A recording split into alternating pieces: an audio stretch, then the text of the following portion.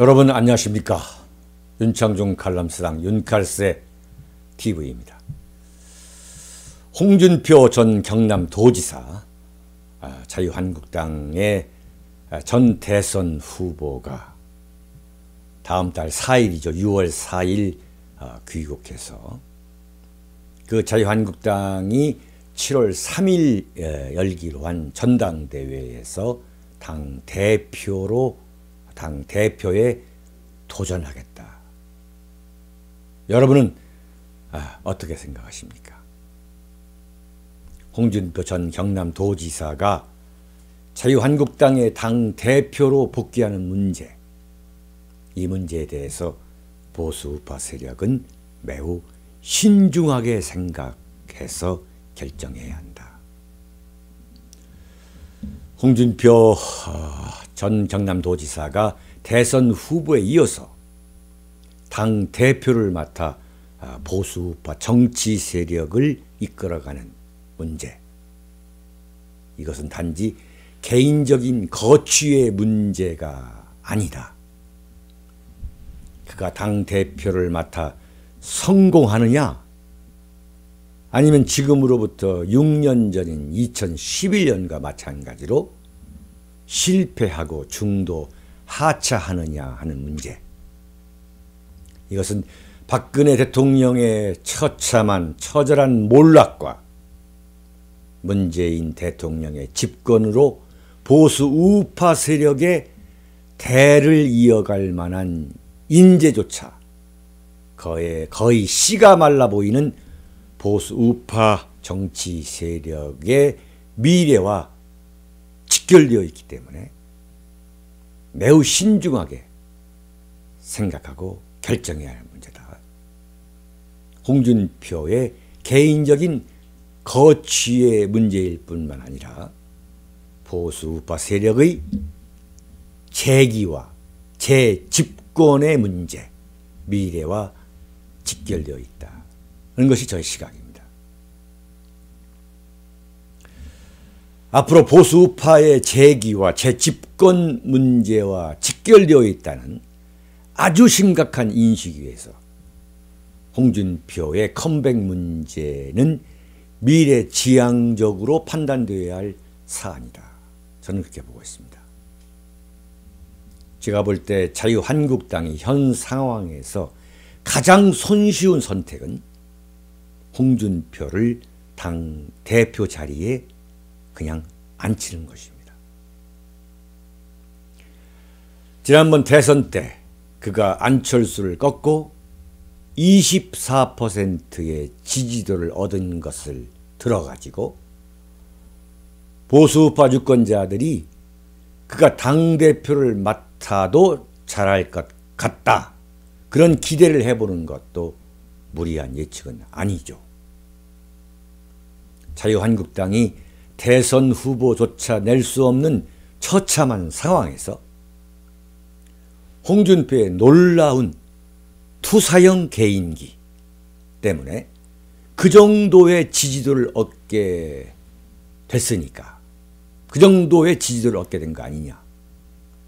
그러니까 문재인 공화국에 강하게 맞설 수 있는 투사형 당대표가 절박하게 필요한 상황인 것으로 보인다. 그래서 홍준표를 적임자로 보는 시각, 충분히 일리가 있어 보입니다. 시원시원하게 잘할 것이다. 홍준표의 화끈한 투사형 캐릭터로 볼 때 그런 추측도 근거가 없는 것은 아닙니다. 충분히 일리가 있습니다.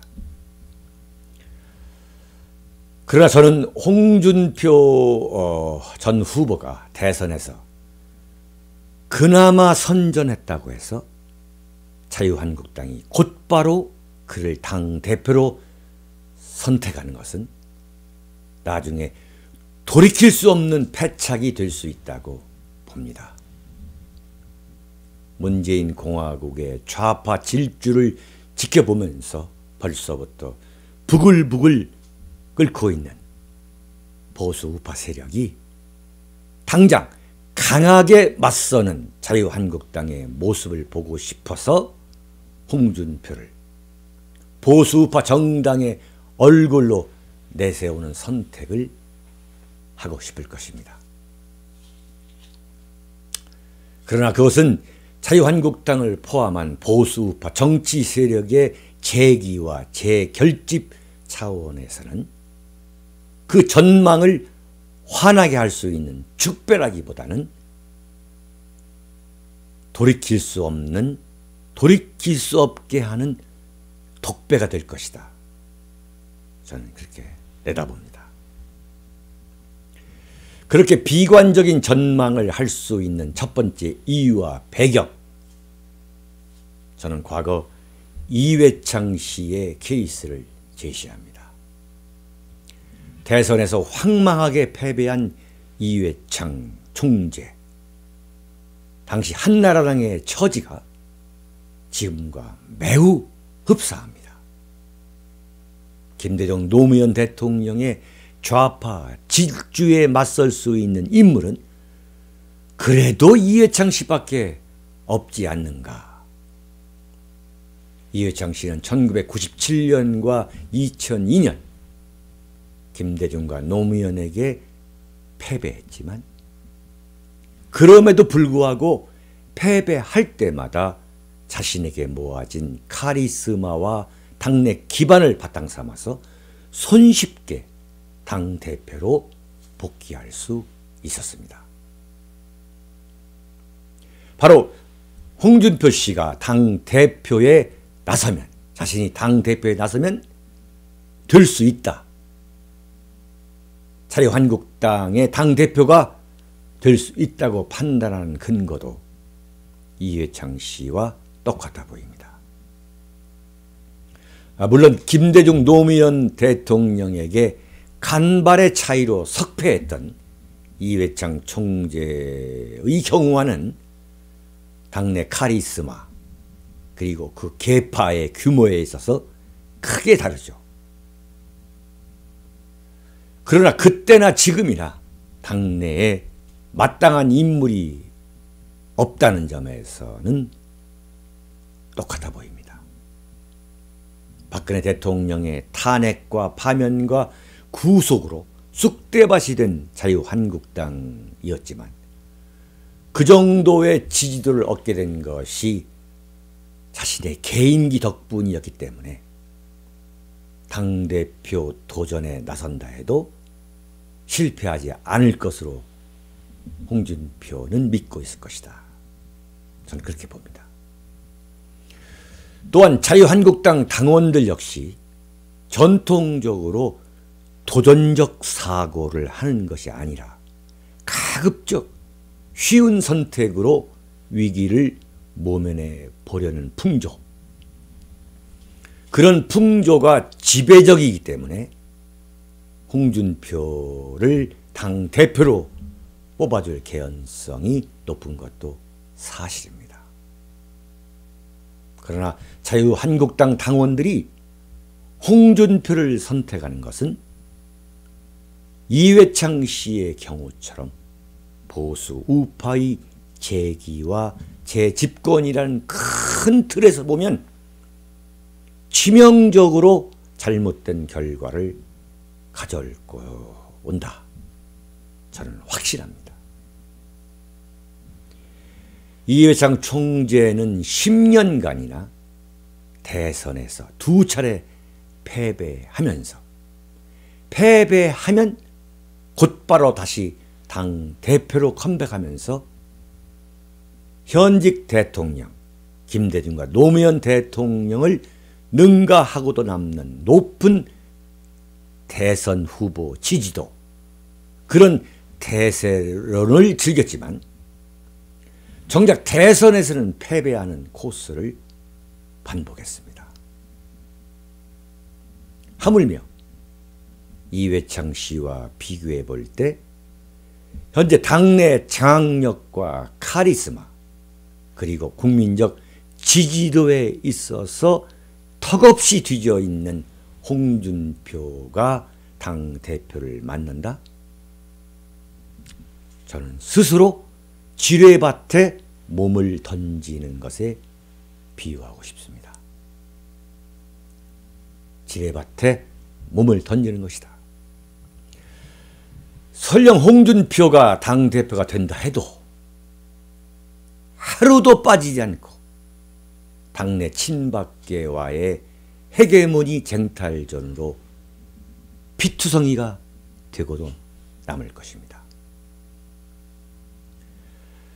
홍준표 전 도지사가 노련한 안목을 갖고 있다면 오히려 전면에 곧바로 나서지 않고 뒤로 물러나서 기회를 포착하는 지혜 있는 모습을 보이는 것이 자신의 정치 생명은 물론 보수 우파의 재기와 재집권 차원에서 아주 현명하고도 성숙한 선택이라고 저는 봅니다.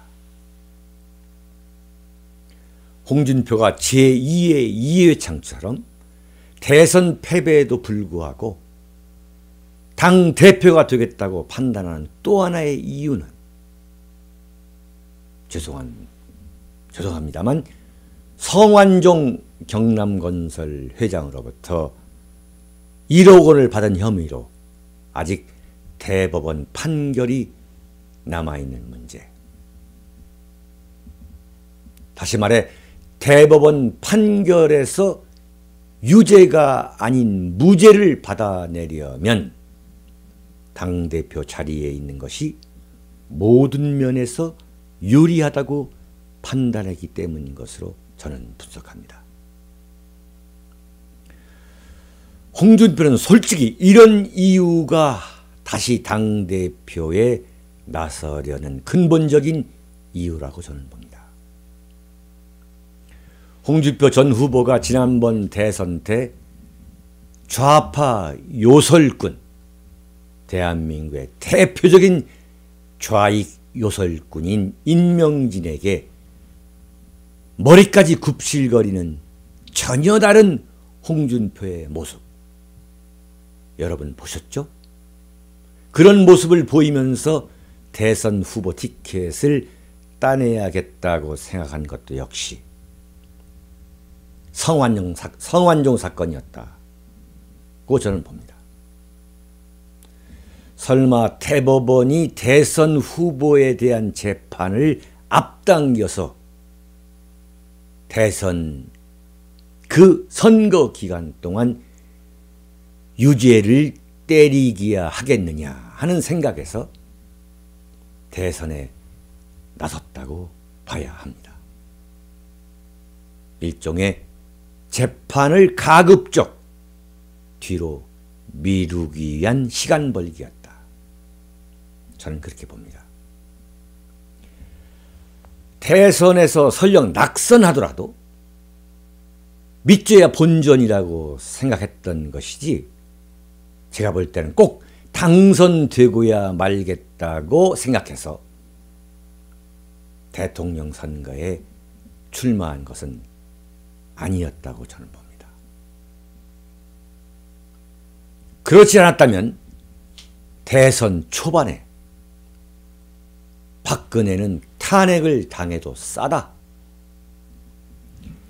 춘향이인 줄 알았는데 향단이더라 라는 식으로 태극기 자유민주주의 세력의 비유에 결정적인 상처를 남기는 그야말로 막말들을 거침없이 해댈 이유가 없었다.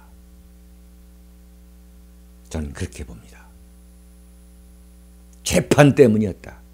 그리고 자신을 유독 자신과 이완구 총리만을 법정에 세우게 한 친박계에 대한 분풀이었다. 그렇게 봅니다. 홍준표로서는 대선에 나서지 않았다가 대법원이 유죄를 때리면 어떤 정치적 불행이 닥칠지 몰랐기 때문에 대선이야말로 그런 정치적 불행을 막을 수 있는 절호의 기회였다. 이것을 홍준표가 포착했다. 정치 생명이 완전히 끝날 수도 있었는데 그것을 피하는 피하기 위해서 대선에 출마했던 것으로 저는 봅니다. 김대중 정권 시절 이런 경우가 있었습니다. 차기 가장 유력한 대선 후보였던 경기도지사 임창열 씨가, 이분이 김영삼 정권 그 시절에 말기에 IMF 사태가 닥치자 바로 그때에 경제부총리 겸 재정경제원 장관이었죠.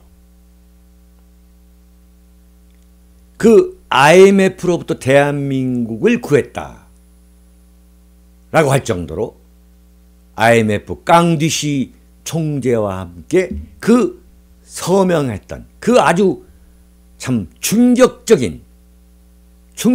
IMF 구제 금융에 서명했던 그 충격적인 그 주인공, 그 임창열 경제부총리가 김대중 정권에 몸을 실어가지고 경기도 지사에 화려하게 데뷔해서 가장 유력한 대선 후보였지만 경기은행 퇴출을 막아달라는 로비 대가로 1억 원을 받은 혐의, 그 혐의로 구속되면서 완전히 정치 생명이 끊어진 경우가 있었습니다. 홍준표로서는 그런 케이스를 생각하면 정말 끔찍한 악몽에 시달렸을 법합니다. 그러나 말이죠, 대선 후보를 지낸 홍준표가 만약 대법원으로부터 유죄 판결을 받게 된다면 제가 볼 때 홍준표는 지금보다 몇 배, 몇십 배 더 큰 인물로 부각될 수 있다. 더 큰 인물이 될 수 있다고 저는 내다봅니다. 그런 문제에 너무 초조해야 할 필요가 없다. 정치인은 말이죠, 핍박을 받는 것보다 더 효율적으로 자신의 정치적 위상을 키울 수 있는 방법이 없습니다. 한때 아주 불우하고 불행한 상황이라 할지라도 그것이 자신의 정치적 위상을 결정적으로 키울 수 있는 계기가 될 것이다. 그런 것은 본인도 알 수 없는 것입니다. 그런 경우가 바로 박정희 대통령 시절, 박정희 정권 시절 김대중의 경우에 해당합니다. 박정희 정권의 과잉 충성파들이 대선에서 박정희 대통령의 간담을 서늘하게 했던 김대중을 일본에서 납치하지 않았다면 DJ는 결코 재기할 수 없었습니다. 그 박해 때문에, 그 박해받은 것이 기반이 되어서 결국 대통령을 하게 됐습니다. 홍준표 전 후보는 만약 대법원이 유죄 판결을 내린다 해도 저는 그러한 정치적 불행을 자신의 정치적 위상을 결정적으로 키울 수 있는 계기가 될 수 있다고 생각한다면 굳이 당대표 도전의 이유로 삼을 필요가 없다. 저는 그렇게 봅니다. 홍준표 전 후보가 당대표로 곧바로 나서지 말아야 한다는 또 다른 이유는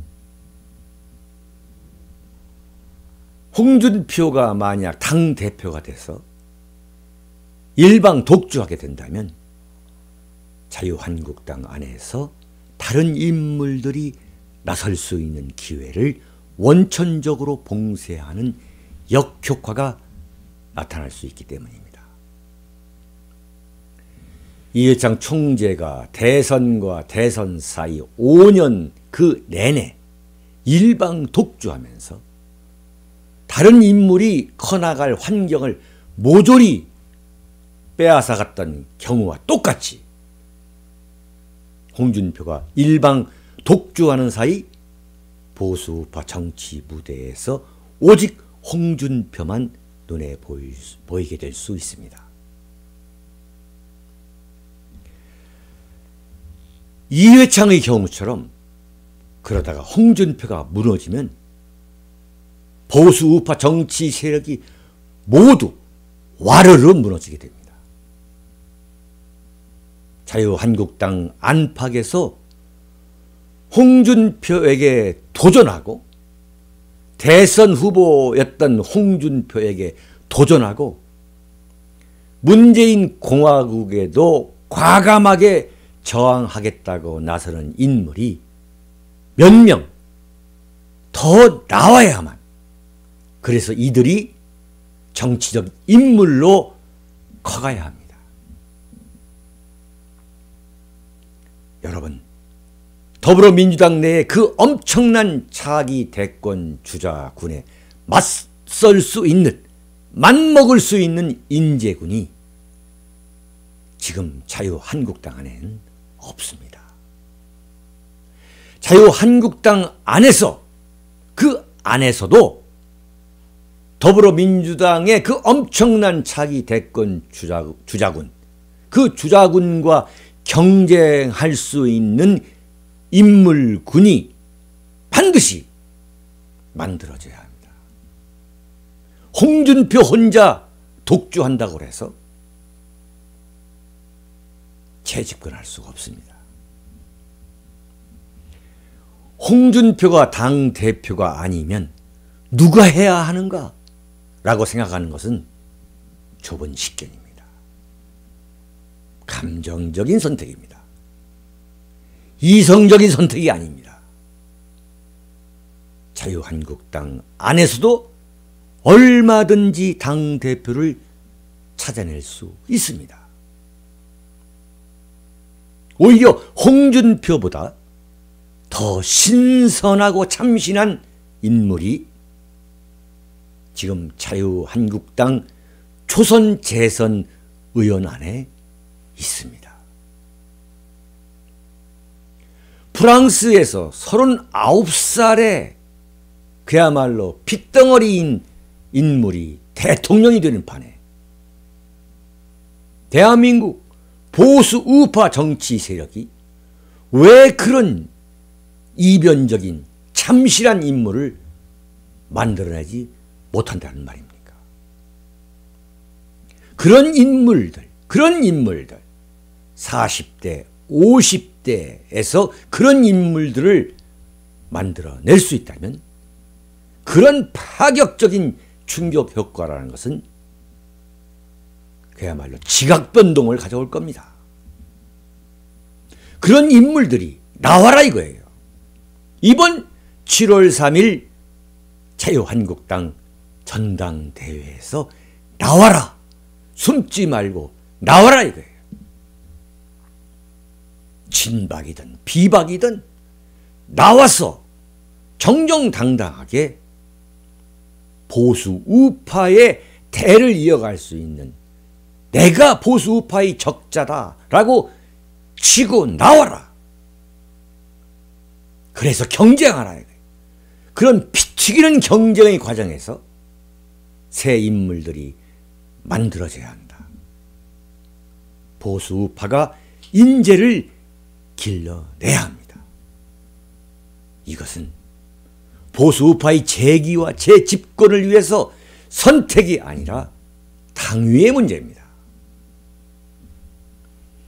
저는 홍준표가 당대표에 나서서 자신의 에너지를 당내 헤게모니 싸움에 소진할 것이 아니라 자신을 재충전하는 데 전념했으면 합니다. 제가 홍준표 전 후보에게 당대표에 당장 나서지 말라라고 하는 또 다른 결정적인 이유입니다. 공부하면서 준비하라고 저는 충고하고 싶습니다. 이해창 씨가 대선에서 2번이나 패배할 때 곧바로 컴백할 것이 아니라 국민의 시선에서 멀리 떨어져 있으면서 과연 내가 대한민국을 어떻게 이끌어갈 것인가, 대한민국을 이끌어가는 데 필요한 역량과 비전을 준비하는 시간, 그런 역량과 비전을 준비하는 시간으로 삼았다면 틀림없이 대통령이 되고도 남았습니다. 문재인이 대통령이 된 것, 낙선 후 치열하게 준비했기 때문이라는 사실을 겸허하게 받아들여야 합니다. 홍준표 씨는 자신의 야망을 실현하기 위해서는 먼저 공부해야 합니다. 초조해하지 말고 홍준표 씨는 먼저 공부해야 합니다. 준비해야 합니다. 제가 볼 때 홍준표 씨는 김영삼 전 대통령, YS처럼 정치를 동물적 감각을 갖고 대처하고 그 본질을 파악하는 데 탁월해 보입니다. 탁월합니다. 감의 정치가 아주 발달되어 있습니다. 미국에 가서도 여기 있을 때보다 더 왕성하게 SNS를 이용해서 자신의 존재감을 부각시키는 것을 보면서 정치 감각이 탁월하다, 이런 생각을 합니다. 그러면서 앞으로 신보수주의 기치를 내걸겠다. 그 신보수주의라는 그 캐치프레이즈를 확보하는 걸 보면서, 그 치고 나온 것을 보면 김영삼 전 대통령, 그 YS의 감의 정치를 생내적으로 빼닮았다, 이렇게 보고 있습니다. YS의 유명한 어록 중 하나가 머리는 빌릴 수 있지만 건강은 빌릴 수 없다, 이런 게 있죠.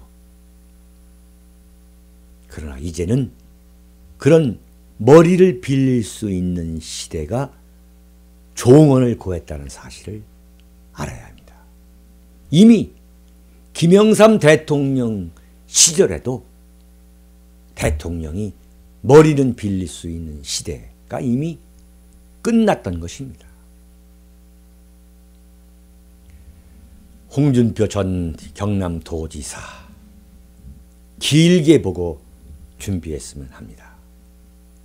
그것이 개인을 위해, 그리고 보수 우파의 재기와 재집권을 위해 아주 바람직한 선택이라고 저 윤창중은 보수주의자의 관점에서 간곡하게 권하고 싶습니다.